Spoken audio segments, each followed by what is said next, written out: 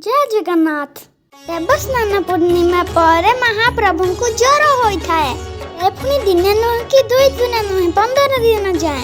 तार कारण महाप्रभुंकर जड़े परम भक्त माधव दास को ज्वर होता सुस्थ करने को जाई भूसाई ज्वर को निजे ग्रहण करते। दिन ठू 3 ठाकुर को प्रत्येक वर्ष स्नान पूर्णिमा पर ठाकुर को 15 दिन जाए ज्वर हुए।